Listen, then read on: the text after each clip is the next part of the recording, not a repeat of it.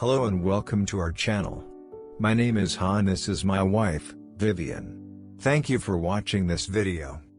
For those of you who don't know who we are the world's first couples who had interviewed 650 experts in 60 countries in 18 months during the global pandemic COVID-19.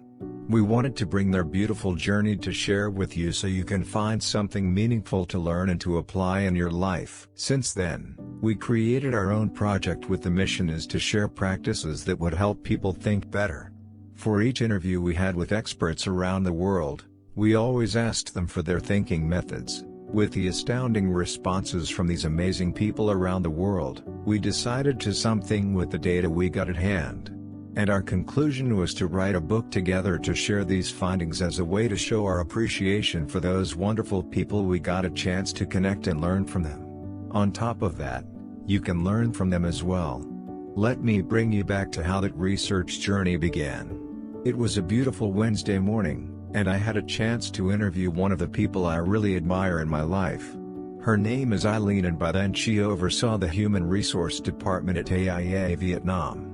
She was among the few first people who joined our #Insights sharing program from the very beginning to share the journey that took her to what she is doing nowadays. And during our conversation, she mentioned to me about her own thinking time every week.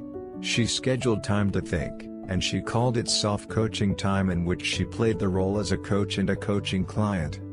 To make it simple, she asked herself hard questions, then tried to answer them in the most honest way. The idea wasn't new. I read a lot about it.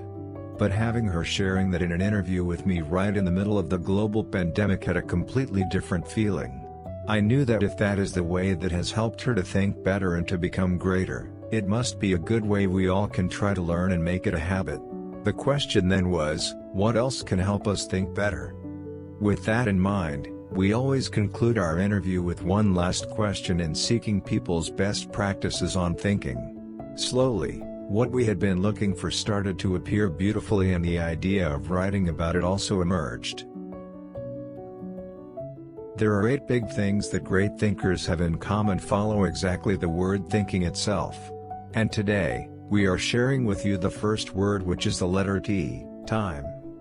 In the hustle and bustle of our daily lives, the precious commodity of time often eludes us, leaving little room for deliberate contemplation.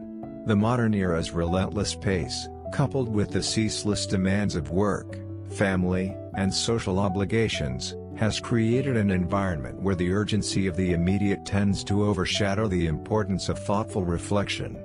The pervasive influence of technology further compounds this challenge, as constant connectivity and the allure of instant gratification discourage individuals from disengaging and embracing moments of solitude for deep thinking.